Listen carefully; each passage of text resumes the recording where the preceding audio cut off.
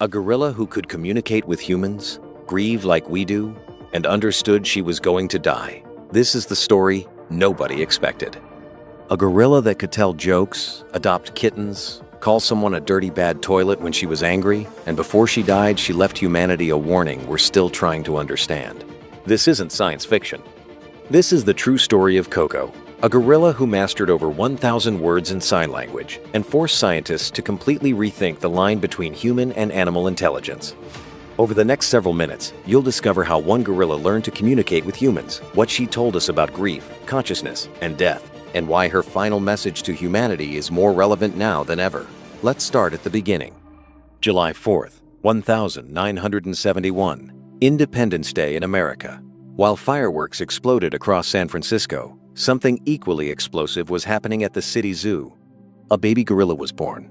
They named her Hanabiko, fireworks child in Japanese, but everyone would come to know her simply as Koko. Here's where her story takes a dark turn. As a baby, Koko got sick. She had to be separated from her mother for medical treatment. And when she finally recovered and was returned, her mother rejected her completely. Think about that for a second. Koko was left alone in a cage, surrounded by gorillas she didn't know, abandoned by the one creature who should have protected her. At this point, her future looked bleak. But in 1972, a Stanford graduate student named Francine Patterson, everyone called her Penny, decided to do something radical. Penny wanted to teach a gorilla sign language. Not a chimpanzee, which scientists considered intelligent. Not an orangutan, a gorilla.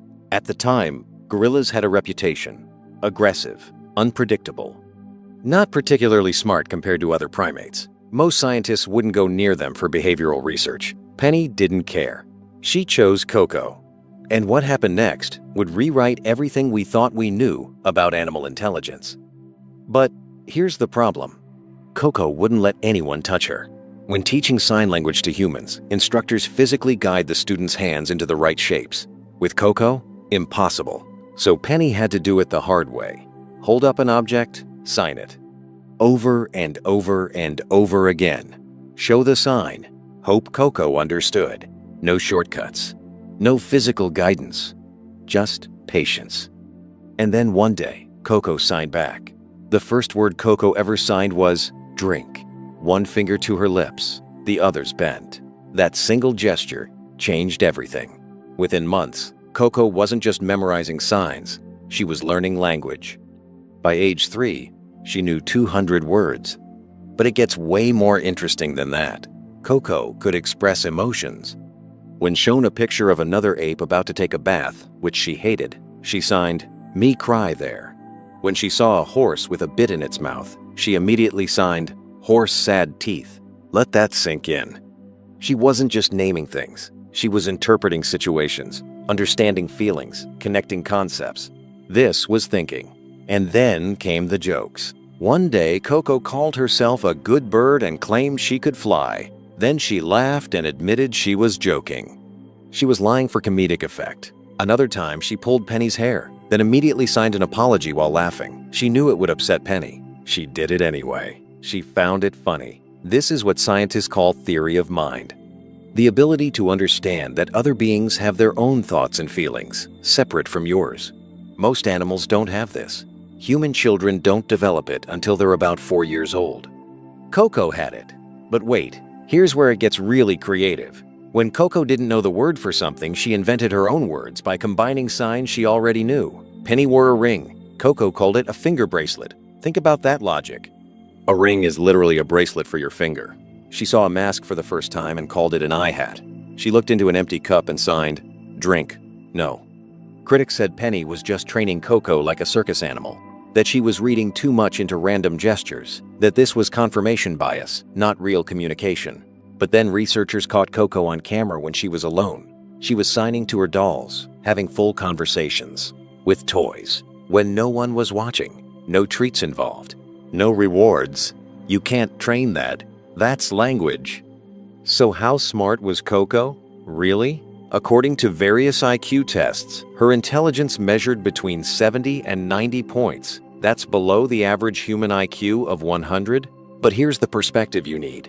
That's roughly equivalent to a human with mild learning difficulties, who can still live independently, hold conversations, and understand complex emotions. For an animal, that's absolutely extraordinary. Coco could draw at the level of a 4-year-old child. She'd sketch her favorite toys and scenes from her daily life. She even had relationships. Romantic ones. She had a boyfriend, a male gorilla named Michael who was also taught sign language. Later, another male named Endum joined them. Together they formed the first pair of animals in the world that could communicate using human language. And they used sign language for more than just trading bananas. When Michael tore the leg off Coco's doll, she became furious and called him a dirty, bad toilet. That's not just communication. That's creative insult construction. That's sass. Coco also developed some peculiar habits. She had an unusual fascination with the human chest, specifically women's breasts. In 2005, 3 caregivers even filed a lawsuit claiming they were pressured to fulfill this unusual request from the gorilla. Look, I'm not here to defend or explain Coco's preferences, but it does show she had distinct personal interests and wasn't afraid to express them. She was an individual with her own quirks. She was also remarkably self-aware. By age 19, she passed the mirror self-recognition test, something most animals fail. When gorillas see their reflection, they usually think it's another gorilla and react accordingly. Coco immediately recognized herself. She'd spend time looking at her own reflection, examining herself. That's consciousness. That's self-awareness at a level we rarely see outside humans and a handful of other species. Coco loved watching movies. Her favorite was Tea with Mussolini. Every time the saddest scene came on, when a young boy says goodbye to his family, Coco would turn away so she wouldn't get upset. She understood narrative. She understood emotional arcs. She knew when something sad was coming and actively avoided it to protect her own feelings. The film Jurassic Park impressed her so much that she became afraid to approach her toy dinosaurs afterward. She connected fiction to reality, felt fear from something she knew wasn't real. All of this demonstrated the depth of Coco's emotional world. She wasn't just responding to stimuli. She was experiencing life. But nothing demonstrated Coco's emotional depth more powerfully than her relationship with kittens.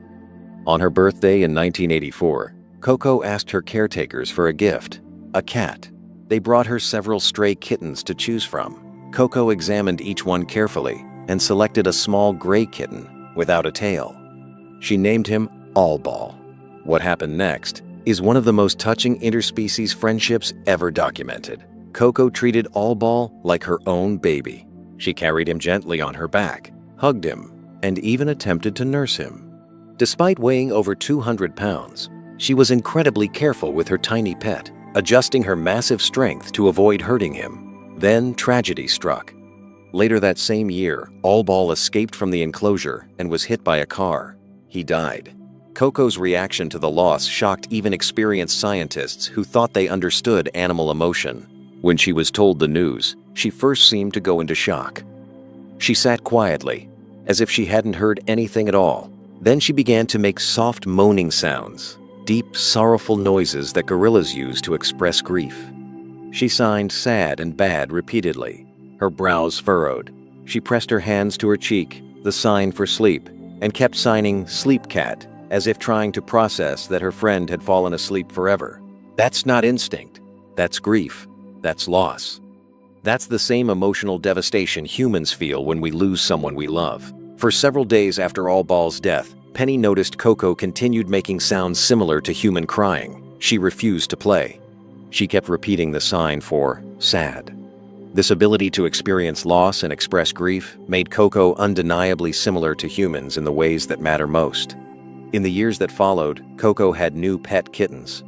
On her 44th birthday, she received 2 more, which she named Miss Black and Miss Gray after their fur colors. Videos of the enormous gorilla gently stroking tiny kittens became viral on the internet, touching millions of people worldwide. Coco's fame grew every year. Her photograph with Allball appeared on the cover of National Geographic magazine, becoming one of the most iconic images in the publication's history. Many celebrities visited to meet the extraordinary gorilla. Among them was comedian Robin Williams, with whom Coco developed a genuine friendship. There's a touching video of their meeting, where Coco tries to put on Williams' glasses, invites him to tickle her, and the two of them make funny faces together. You can see real connection there. genuine affection between two intelligent beings from different species. When Williams tragically died in 2014, Coco became noticeably sad after hearing the news. She walked around looking downcast all day. She mourned him. She understood that someone she cared about was gone forever. Beyond sign language, Coco also learned to use a special computer with symbols that would speak words aloud when she pressed them. She learned to draw and write simple symbols. She could hold a pen, select options from a menu, create basic drawings. Amazingly, Coco even learned to play musical instruments, harmonicas, toy flutes, and recorders. In 2012, scientists were astonished to observe Coco blowing into a recorder and producing sounds, an achievement previously thought impossible for primates due to the structure of their respiratory system. She was breaking barriers constantly, doing things that shouldn't have been possible. One of the most mysterious aspects of Coco's personality was her understanding of death. One day, a caregiver showed her a skeleton and asked whether it was alive or dead. Coco responded with a sign for dead. When asked where dead gorillas go, Coco calmly replied, "Comfortable hole." Then she blew a goodbye kiss. Think about that for a moment. She understood mortality. She understood that death meant going somewhere else, somewhere final. She had a concept of the afterlife, or at least of rest. In her final years, Coco became an ambassador for nature. She urged people through sign language to take care of the planet and other animals. "Nature is watching you," she signed. That phrase sounds almost ominous, doesn't it? But maybe it should. Maybe we need that reminder that the natural world isn't just a backdrop to human activity. It's watching. It's aware. It's suffering. On June 19th, 2018, just a few weeks before her 47th birthday, Coco peacefully passed away in her sleep. Her death was mourned by millions of people around the world, for whom she had become a symbol of interspecies friendship and understanding. The Gorilla Foundation stated that her legacy would live on, shaping our understanding of the emotional and cognitive abilities of gorillas. But before leaving this world, Coco left humanity with one final message, a message that forces us to reflect on the very essence of our relationship with nature and the other intelligent beings we share this planet with. That message? We're running out of time. Coco's story isn't just about a gorilla who learned sign language. It's about what happens when we actually listen to other species, when we give them the tools to communicate and take their messages seriously. She proved that the line between human and animal intelligence isn't as clear as we thought. That consciousness, emotion, grief, humor, creativity, these aren't uniquely human traits. They exist across species. We just haven't been paying attention, Coco told jokes. She mourned her friends. She created new words. She understood death. She warned us about our treatment of nature. And here's the uncomfortable truth. If a gorilla could see what we're doing to the planet and feel compelled to warn us about it, what does that say about us? The next time you hear someone say, "Animals are just animals," remember Coco. Remember her signing "comfortable hole" when asked about death. Remember her grieving for weeks over a kitten. Remember her inventing the phrase "finger bracelet" because she understood logic and language structure. If you found this story as fascinating as I did, hit that like button. Subscribe for more deep dives into the hidden intelligence of the natural world. And check out the next video, where we explore other animals that completely changed how we understand consciousness. Coco's legacy isn't just what she learned, it's what she taught us about ourselves.